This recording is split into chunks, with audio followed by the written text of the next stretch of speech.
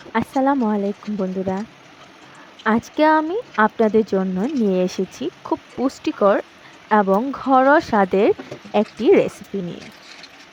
সেটি হলো শিং মাছ দিয়ে লাল শাক। এটি খেতে যেমন মজা তেমনি শরীরের জন্য দারুণ উপকারী। তো অনেকেই জানেন এটি কি করে রান্না করতে হয়। আমি কি করে রান্না করি আজ তাই আমি আপনাদের সাথে শেয়ার করছি। তাহলে চলুন শুরু করা যাক।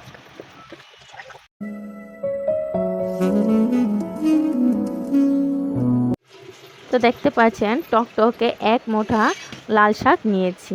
সবগুলো লাল শাকের গোড়া আমি কেটে ফেলে দিয়েছি এবং মাছ বরাবর কেটে নিয়েছি। আর এখানে নিচ্ছি ৫-৬টা বড় বড় শিং মাছ। শিং মাছগুলো আমি মাছ বরাবর কেটে নিচ্ছি, কারণ শিং মাছগুলো বেশ বড় ছিল তাই। আমার এই ভিডিওটি আপনাদের কেমন লাগছে তা অবশ্যই কমেন্ট করে জানাবেন, আর অবশ্যই সম্পূর্ণ ভিডিওটি দেখবেন। দেখুন, দেখতে পাচ্ছেন এক একটা মাছ কত বড়, তাই আমি মাছ বরাবর কেটে ২ টুকরো করে নিচ্ছি।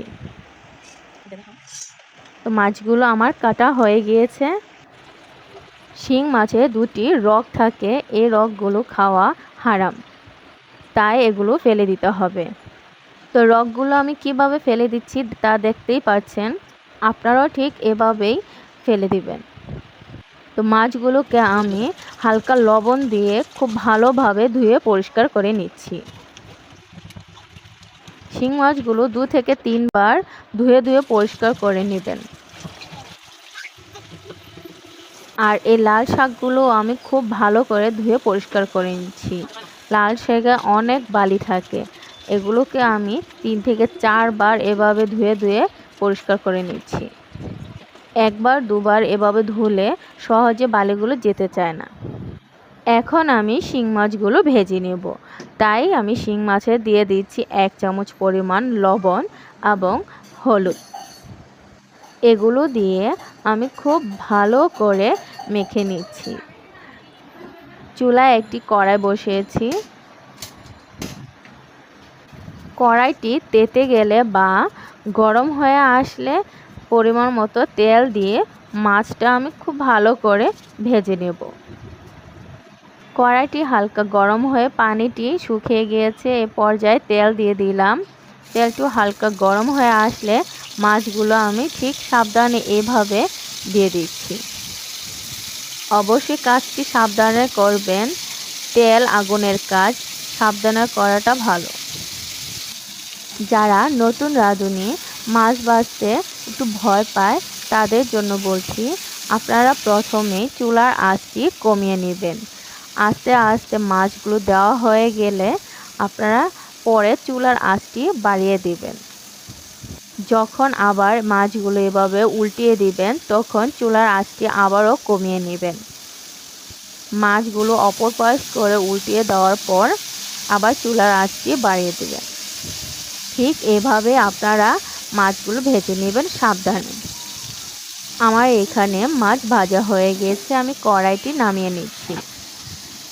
এখন রান্না করার জন্য একটি কড়াই বসিয়েছি। কড়াইটি হালকা গরম হয়ে আসলে দিয়ে দিচ্ছি পরিমাণ মতো তেল।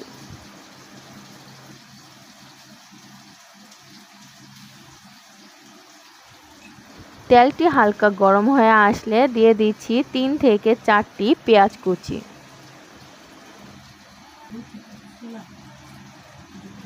পেঁয়াজগুলো হালকা ব্রাউন কালার করে ভেজে নিব।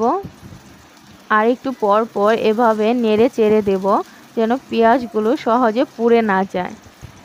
রান্নার ক্ষেত্রে এটি অবশ্যই লক্ষ্য রাখতে হবে পুড়ে যেন না যায়।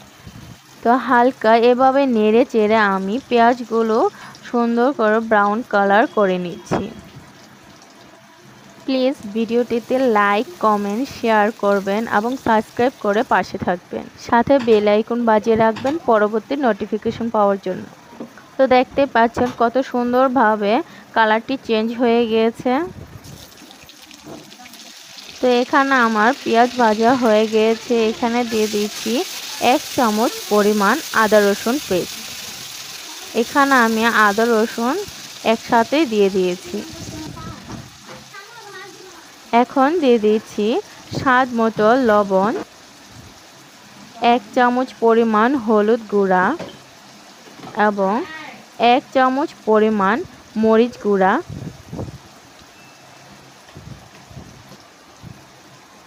হাফ চামচ ধনিয়া গুঁড়া।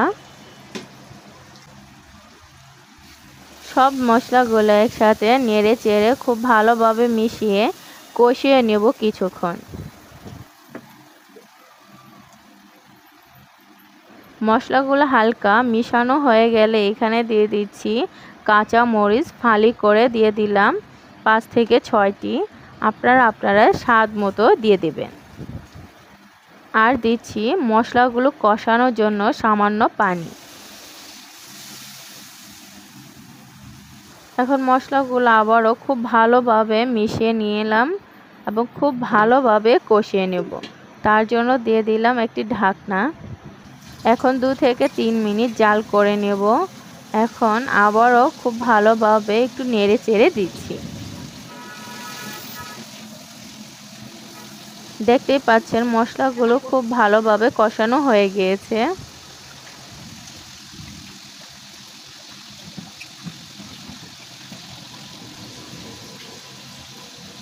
মশলাগুলো খুব ভালোভাবে কষানো হয়ে গেলে ধুয়ে পরিষ্কার করে রাখা সেই লাল শাকগুলো আমি দিয়ে দিচ্ছি।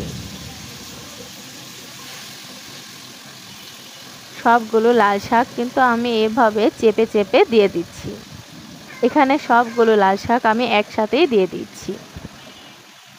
সবগুলো লাল শাক দেওয়া হয়ে গেলে এখন 2-3 মিনিটের জন্য একটি ঢাকনা দিয়ে রেখে দেব রান্না হওয়ার জন্য।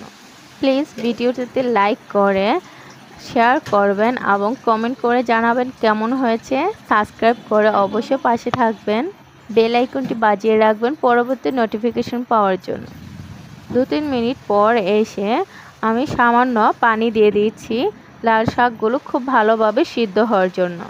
কিছুক্ষণ পরে এসে লাল শাকগুলো আবার নেড়ে চেড়ে এপাশ থেকে ওপাশ করে মশলাগুলোর সাথে খুব ভালোভাবে মিক্সড করে নিচ্ছি।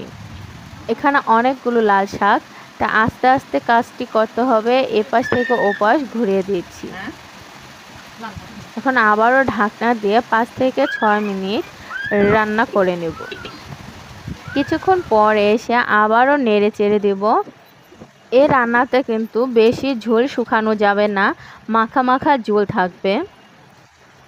তাই এই পর্যায়ে মাছগুলো দিয়ে দিচ্ছি। মাছগুলো দিয়ে আবারও 5-6 মিনিটের জন্য ঢাকনা দিয়ে রেখে দিচ্ছি। 5-6 মিনিট পর ঢাকনাটি খুলে আবারও খুব ভালোভাবে নেড়ে চেড়ে দিচ্ছি।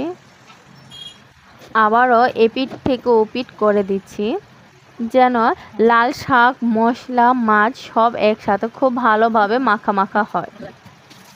আপনারা চাইলে এই পর্যায়ে কিন্তু একটু লবণ হয়েছে কি না তা চেক করে দেখতে পারেন। যদি আপনার পরিমাণে লবণ কম হয় এই পর্যায়ে কিন্তু হালকা লবণ দিয়ে আপনি রান্না করে নিতে পারেন। আমার রান্নাটি শেষ হলো, তাই আমি নামিয়ে নিচ্ছি। তাহলে এখন গরম গরম ভাতের সাথে পরিবেশন করুন দারুণ স্বাদের শিং মাছের এই তরকারিটি। সত্যি বলছি, তরকারিটি খুব মজা হয়েছিল। দেখতে যেমন মজা লোভনীয় হয়েছে তেমনই পুষ্টিতে ভরপুর। তো আমার ভিডিওটি আপনাদের কেমন লেগেছে তা কমেন্ট করে অবশ্যই জানাবেন। আজকের মতো বিদায় নিচ্ছি। আল্লাহ হাফেজ।